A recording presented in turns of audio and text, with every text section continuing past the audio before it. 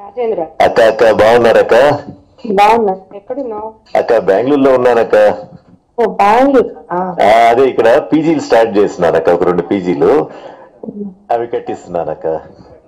ఓ ఇక్కడ లేవా నువ్వు? అంటే ఆ పీజీలు అయ్యేదాకా ఒక 8 నెలల నుంచి వస్తా పోతా ఉన్నానక్క. నెక్స్ట్ వీక్ వస్తున్నానక్క నెల్లూరుకి. ఓ ఓకే ఓకే సరే అక్క అక్క అక్క సరే. ఎందుకు చేశానంటే చెప్పండి అక్క. నువ్వు ఇప్పుడే చెప్పొద్దు. లేదు లేక ఎవరికి చెప్పను లేక నాకు కొంత అర్థం అవుతా ఉందక్క. ఊరికి పోటీ చేయమని అడుగుతున్నారు వాళ్ళు ఇప్పుడు టీడీపీలో. అదే అదే నాకు అర్థమైందక్క. అక్క అక్క అది ఎట్టంటది అనేది నాకు తెలీదు. ముందు వాళ్ళు సర్వేపల్లి అడిగితే మాకు సర్వేపల్లి వద్దని చెప్పాము. ఎందుకంటే ఈ కాన్స్టిట్యున్సీలో రాదు కదా. అవునక్క అవునక్క. సో వాళ్ళు అప్పుడు ఇప్పుడు ఆయన మానేశాడు, మళ్ళీ వెనక్కి పోయేశాడు. ఆయన పేమెంట్ తీసుకొని ఏదో చేశాడు.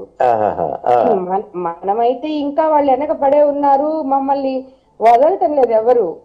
రోజు ఇంటికి వస్తారు, ఫోన్ల మీద ఉన్నారు. నాకు కూడా ఇష్టం లేదు మారడం అసలు. ఫస్ట్ నుంచి నాకు ఈ పార్టీ ఇష్టము, దానివల్లే.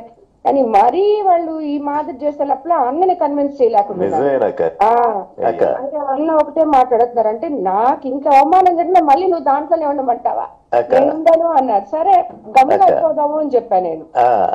అంత చాతగాంతనంగా నేను ఎందుకు ఉండాను? నాకేమి రాజకీయం అవసరం లేదు, పోటీ చేస్తా నేను.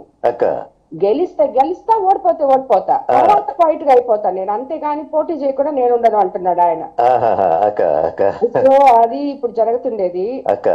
సో ఇప్పుడు వీళ్ళేమో అందరూ బట్టి నాకొద్దులే ఉత్తి ఎంపీ ఎలక్షన్ చేసుకోండి అంటే, లేదు లేదు అక్కడ దినేష్ కి తక్కువ ఉంది, మైనస్ లో ఉన్నాడు, మీరైతే ప్లస్ అవుతది అని చెప్పి పట్టుకొని ఉన్నారు వాళ్ళు. అదైతే వాస్తవం. దినేష్ అయితే వీక్ క్యాండిడేట్ అక్కడ. ఇంకా నేను మీ గురించి ఏం చెప్పేదక్క, అన్నా మీరు కావాలైనా కోవూరైనా అని చెప్పి అంటున్నారు ముందు. కోవూరు అయితే ఈయన ఆదాలు వాళ్ళ అల్లుడికి ఇప్పుడు వాళ్ళు రావట్లేదు కాబట్టి వాళ్ళు కావాలి. ఆల్రెడీ కావ్య కృష్ణారెడ్డి ఉన్నాడు, అతను చూసుకుంటాడు. సో కోవూరే తీసుకోండి అని చెప్తున్నారు. అదే కావాలి వచ్చి కావ్య కృష్ణారెడ్డిని కూడా అక్కడ లోకల్ గా వ్యతిరేకించారు ఈ మధ్య అందరూ కలిసి. అందరూ వ్యతిరేకించారు, కానీ వీడి మీద ఇంకా వ్యతిరేకుతుంది కదా. అవును పోతున్నాడు. ఆ ప్రతాప్ అసలు ఎవరు ఓటు కూడా అది ఊరికే నీకు ఒకసారి చెప్తామని. నాకు పాపం ప్రసన్న అన్న అనే తలకే నాకు కూడా ఇదిగా. అదే కదక్క, అందరూ ఇంట్లో వాళ్ళం అయిపోతే, అదే కదక్క. కానీ వాళ్ళకి చెప్పినప్పుడు ఇంకా అది మీరు ఆలోచించుకోవాలి కదా రాజకీయాల్లో. మళ్ళీ అన్నకు కూడా ఏంటంటే టీడీపీలో వెళ్తున్నాం కాబట్టి అటు వైఎస్ఆర్సీపీ వాళ్ళు కూడా ప్రెషర్ గానే ఉంటది. ప్లస్ ఎక్కడో ఇప్పుడు ఆత్మకూరులో అయితే ఒక 10,000 కూడా మెజార్టీ రాదు, 10,000 తగ్గద్ది. ఎందుకంటే విక్రమ్ బాగా చేస్తున్నాడు, రామనారాయణ పోయినా కూడా ప్రాబ్లం అవుతుంది. ఉదయగిరి బానే ఉంది, ఉదయగిరి బాగుంది టీడీపీకి, అది కూడా బాగుంది. కందుకూరు కూడా ప్రాపిల్ ఎవరో పెట్టారు. ఇది నేను ఇంత మాట్లాడుతా ఉన్నప్పుడు వాళ్ళు కందుకూరు కూడా అనౌన్స్ చేయించేశారు. ఇంకా నా వెనకాల ఎందుకే మీరు మీరు ఏమైనా చేసుకోండి అని నేను కూడా వదిలేసాను.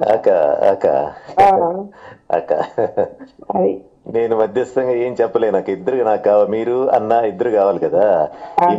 ఈ మధ్య ఏంటంటే నేను కూడా కొంచెం అన్నకు దూరంగానే ఉన్నానక్క. చూసుంటారా వీడియోలో పెడుతున్నావు కదా. అదే కదక్క, అదే కదక్క అక్క. అదే ప్రతి ఎలక్షన్ అప్పుడు మీకు అందరికి మామూలు ఇది అవి ఉంటాయి కానీ అక్క మాకెప్పుడు పెద్దగా లేవక్క. మేము పోయి తిరిగేది చేసేది, అన్న గెలుపు కోసం గట్టిగా కృషి చేసేవాళ్ళము అన్ని ఉండేదక్క.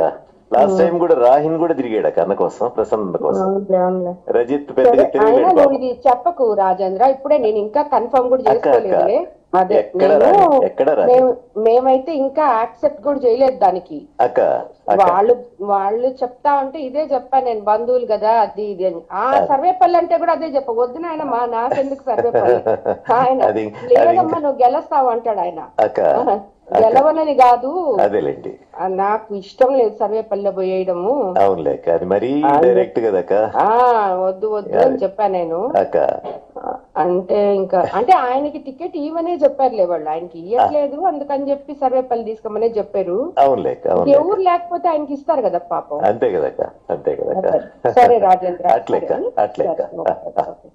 సోమిరెడ్డి కుటుంబ సభ్యుల అనుమతితో నేను వివాహం చేసుకున్నానని గర్వంగా చెప్పుకున్న ప్రశాంతి రెడ్డి గారు వేమిరెడ్డి చంద్రమోహన్ రెడ్డి గారి గురించి అంత సులకనగా మాట్లాడారంటే ఇంకా చూసుకోండి ఆమెకి కుటుంబం పట్ల ఎంత గౌరవ మర్యాదలు ఉన్నాయని చెప్పి నేను మీకు మనవి చేసుకుంటాను.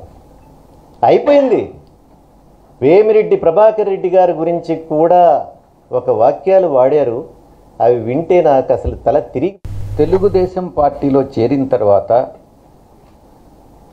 ప్రశాంతి రెడ్డి గారు కానీ ఆమె భర్త వేమిరెడ్డి ప్రభాకర్ రెడ్డి గారు కానీ విజయం సాధించలేనట్లయితే మేము క్వైట్ అయిపోతాము, మేము ఇక్కడ రాజకీయాల్లో ఉండము, మా యొక్క వ్యాపారాలు పరోక్షంగా చెప్పడం ఏంటంటే మా యొక్క వ్యాపారాలు చూసుకుంటాం, మేము రాజకీయాల్లో ఉండం, ప్రజా జీవితంలో ఉండం, మేము క్వైట్ అయిపోతాము అన్నటువంటిది చాలా స్పష్టంగా వాళ్ళ యొక్క మదిలో ఉంది అన్నటువంటి విషయం తెలుస్తూ ఉంది. ఇప్పుడు నెల్లూరు ప్రజలే నిర్ణయించుకోవాలి.